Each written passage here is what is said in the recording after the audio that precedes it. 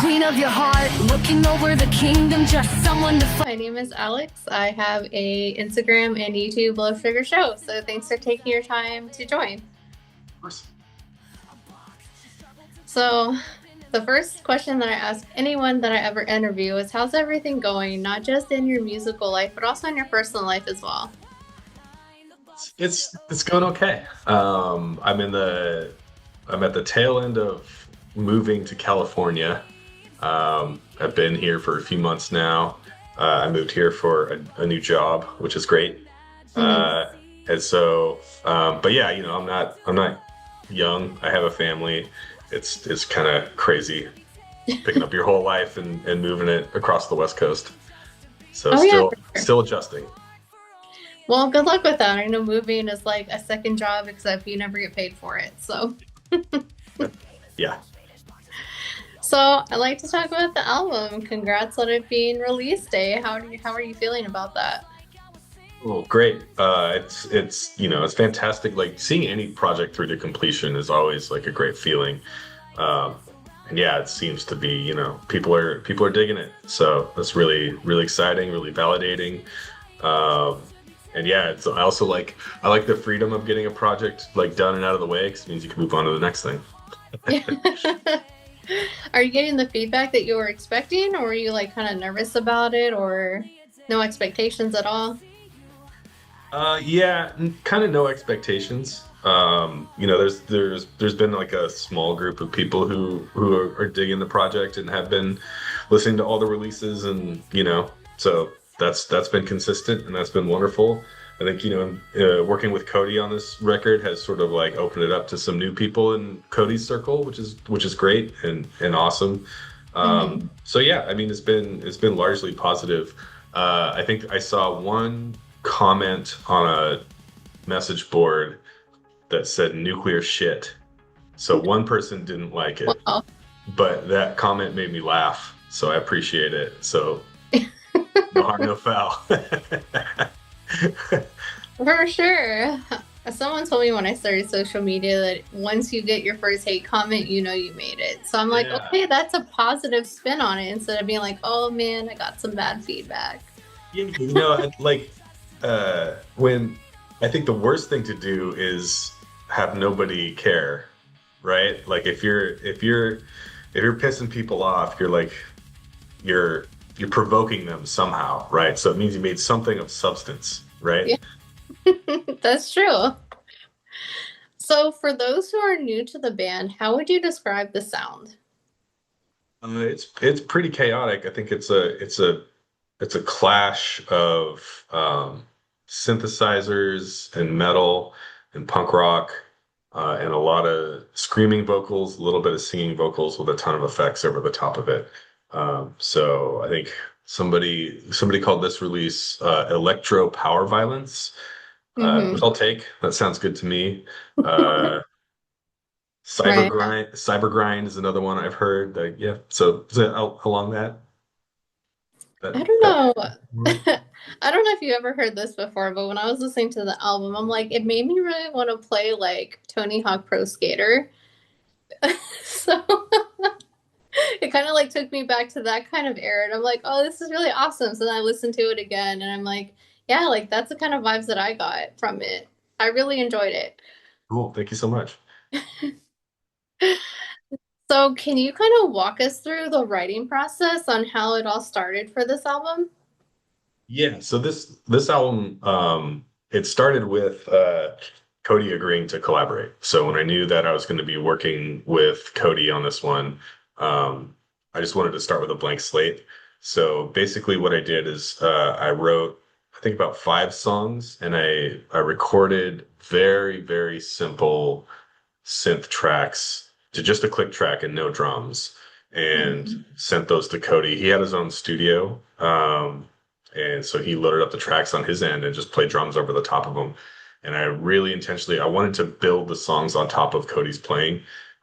So I had a structure, I had a like loose direction for vibe, but I wanted him to just sort of like create the foundation and then write the songs on top of it. So it was pretty collaborative in that sense, and it was very much like I wanted it to be him and I passing the files back and forth. And I did not Hmm. want it to be a situation where I was telling him what to do because I had some like magical vision because I didn't. I just wanted to, make a cool record. Yeah. Did the idea for the record just kind of happen like out of the blue, or was it kind of like planned? It was very much out of the blue. Cody posted to his social media that he had a drum studio that he had set up and was Hmm. taking, was open to doing session work for people. Um, I was I was busy writing two other albums at that time, Oh, um, wow. but I thought I can't not ask Cody if he'd be interested in working on a thing because that would just be so cool. And then he said yes. And so then I was then working on three albums at the same time. So Oh, wow. How is that? it's great. It keeps my brain and my heart very happy to have creative projects. So yeah, I welcomed it, and it just meant everything took longer to finish. Yeah. Yeah. But it got done, I'm assuming, so we're good. We know at least one of them got done. So I have to ask, were there any songs like on the entire album that kind of like pushed you out of your comfort zone or something maybe that you tried something new on? Not in my comfort zone really, but the I think the last song on the album, which is the weirdest one, is called The Octopus. That one came together in a very like non-traditional way for me, where that one was not written, and Cody had a drum part that he had recorded by himself, sent the drum part to me. It's like a weird drum beat. It's in like 5/4, kind of does this like jungle tom beat and stuff, and like um I just like took a crack at writing a song on top of it, and the song that came out was just so weird, um, Hmm. and very like experimental, but also I think like pretty listenable too. Like sometimes you get a weird experimental song that is just like it's like interesting, but not doesn't grab you. And yeah, I'm really happy with how that song came out, and it was definitely like not how I usually go about writing a song. Yeah, what was different about that song besides like the rest of the other songs on the album? Like what made that one so different? It was just the fact that I had no plan going into it and that the drum beat kind of threw me off pace a little bit. And Hmm. I really had to like figure out like what's a melody that works for this drum beat. And then once I got one that I liked, it was just such an unusual but simple melody for me that it just unlocked a bunch of new stuff that I never would have done if I hadn't started with that drum beat. Yeah, so it kind of sounds like it kind of like pushed you to kind of think of other ways to do a different song, so it just came out really different. And did you choose this the title Octopus because they have like eight legs and they're a little weird and chaotic?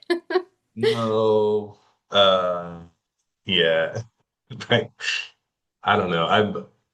I pick I pick song titles that are just amusing to me.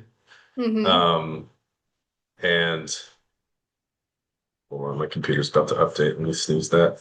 Um, yeah, the lyrics and the song title and then the music itself are usually like completely separate. They're like thought of and conceived of in isolation from each other. Um, so no. So with the tracks having, different types of names and titles, is there like any sort of theme to this album that listeners can find? Um, yeah. So I don't really think of lyrics in the traditional songwriting sense. Like to me, vocals are just another layer of sonic texture to put on top of a song. Um, so whether they're screaming or singing, um, I've never really like taken the lyrics as an opportunity to like try and deliver a message or like try and like overtly communicate with a person. To me, it's just another layer of sound. Hmm. Um, so in that sense, I kind of just write words that are pretty intentionally abstract and not trying to say anything because it's more important for me for them to have like a phonetic rhythm that matches up with the song, and that like the syllable being said at the same time matches the like the gravitas of the moment of the song. Mm-hmm. And so yeah, that's what words are for me in music. And that's probably bad because I think most pop songs, the lyricists take it very seriously. So, but yeah, it's just what I like. So But I think it's also good too, because sometimes you don't want to think about things. You just want to listen to a song and be in the moment and not think about, oh, life is depressing, life is hard, my relationship's hard. Like, no, I just want to like be. you're not wrong. So, with that being said, what's one word that you hope listeners, after they listen to the full album, take away, or what would they have to say? Like, what do you hope that would be? I hope people I hope have fun listening to it. Like I have fun making the music. Hmm. And like if a song isn't working, I don't force it. Um, I'll walk away from it immediately. So the whole spirit of the project is I mean, even though the songs are intense, like they're obviously intense and they sound like I'm being serious, but it's a very lighthearted project. Yeah. And it's made this music is made just because I enjoy it so much. Like it just makes me so happy to do it. So I hope some of that comes through for people, right? I hope they just like have fun listening to it and feel a little bit lighter after the record's over. For sure. I think that's great. Like I said, it put me in a video game playing mood, and video Yeah, games make me happy and they're fun. perfect. So, Yeah. so with this album coming out, how have you changed from the last release, like as a artist or as a musician, kind of like from when you first started, or even the last album to like this one? I don't think I have changed all that much. I think, you know, been making music and records for a very long time. And I think I learned a while ago that this is a thing I need to be doing to, you know, keep my mental health happy.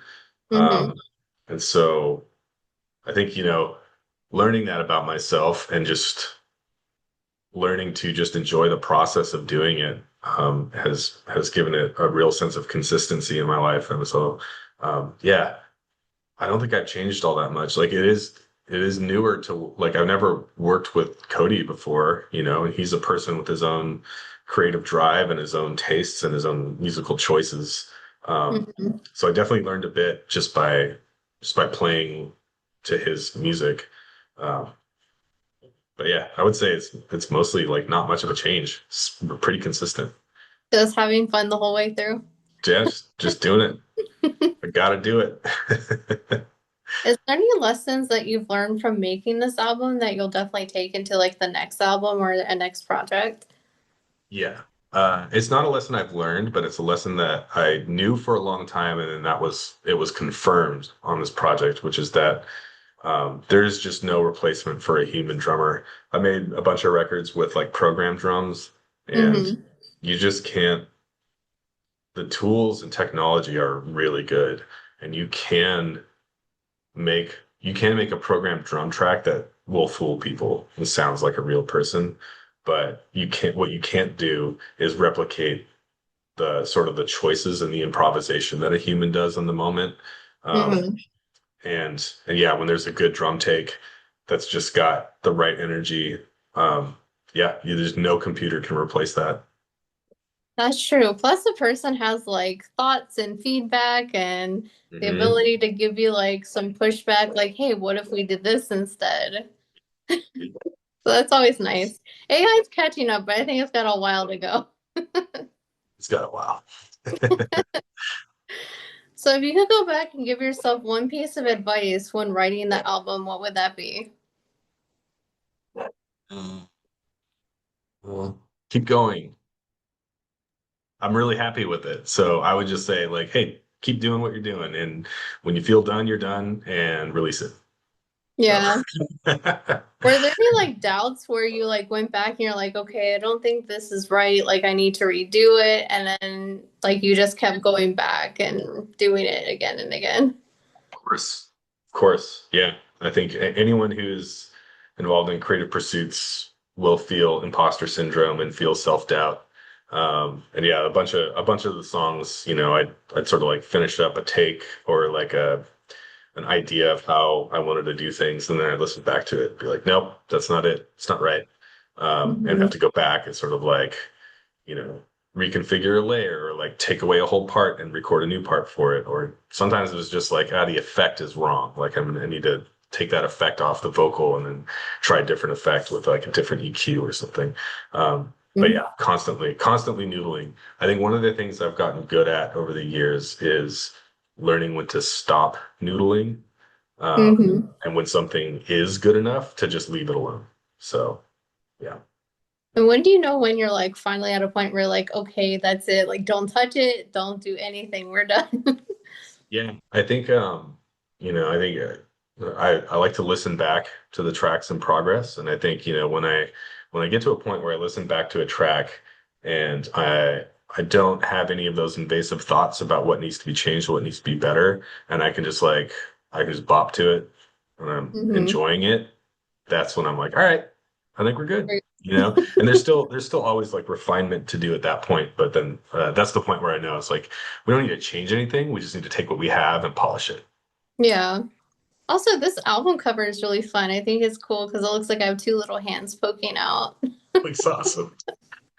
What was the idea behind the cover? My A couple years ago, my son drew a bunch of monsters on a piece of paper, and I just loved the way they look. Like they're crazy. They're sort of like only drawn in a way that like a young kid can manifest. Like the proportions are all weird.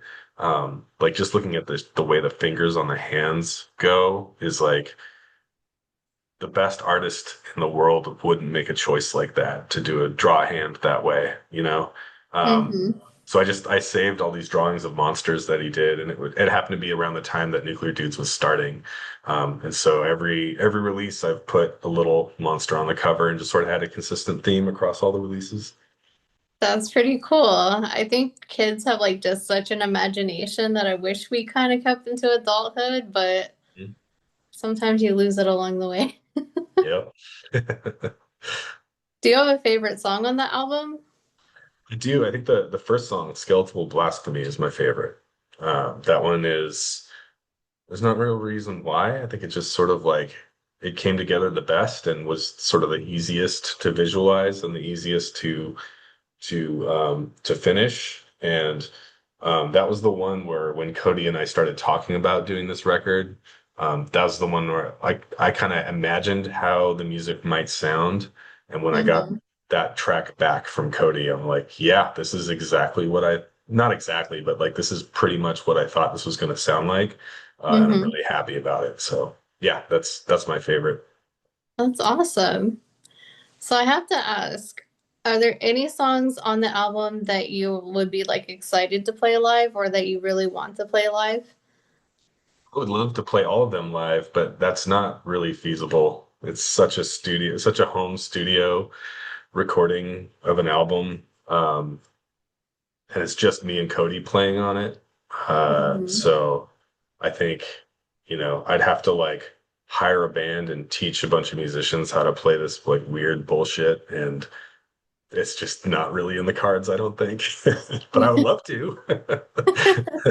Sounds like a fun new challenge, right? Yeah. Yeah.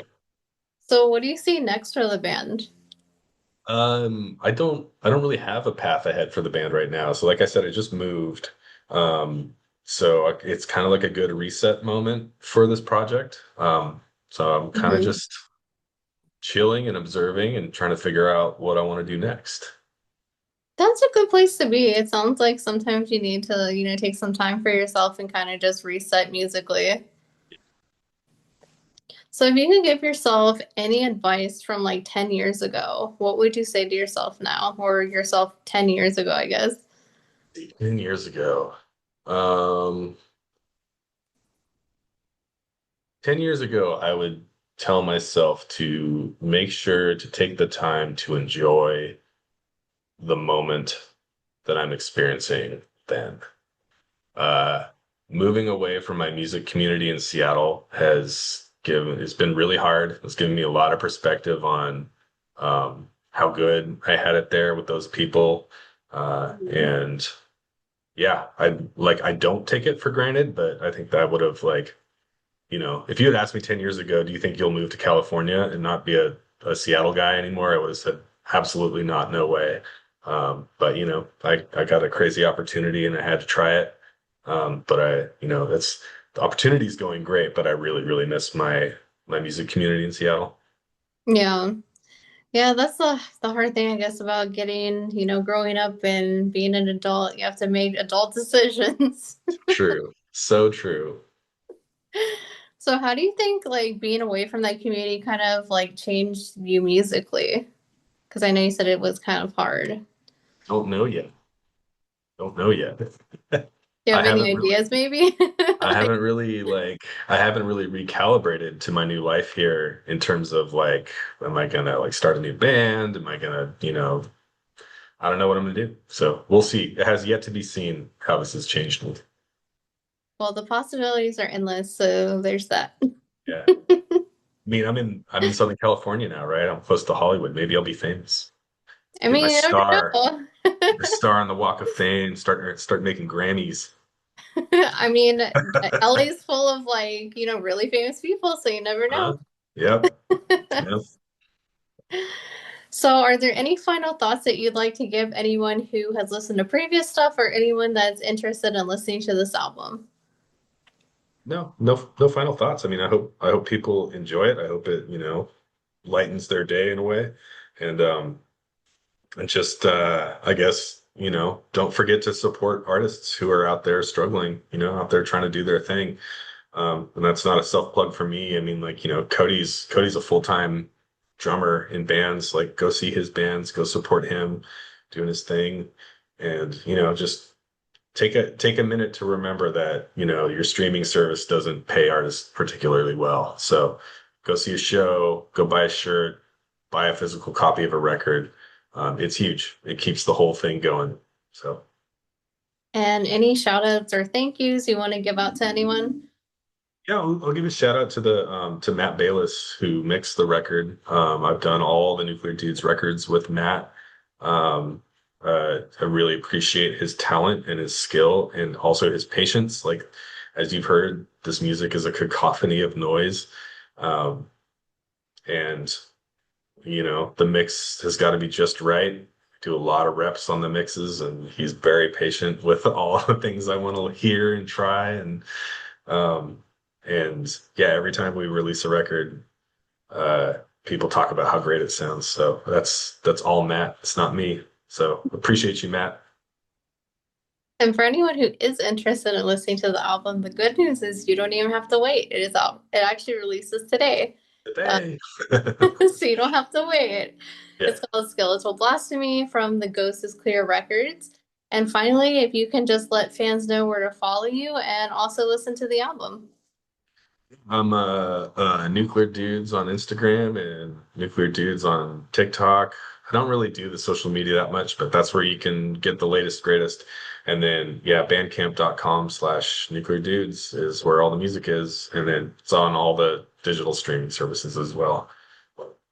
And I'll put all the links below the video, so it makes it really easy for you just to click on it. Wonderful. Thank you so much. So thank you for taking your time for doing this interview and happy release day. Oh, thank you. Thank you so much. This is great.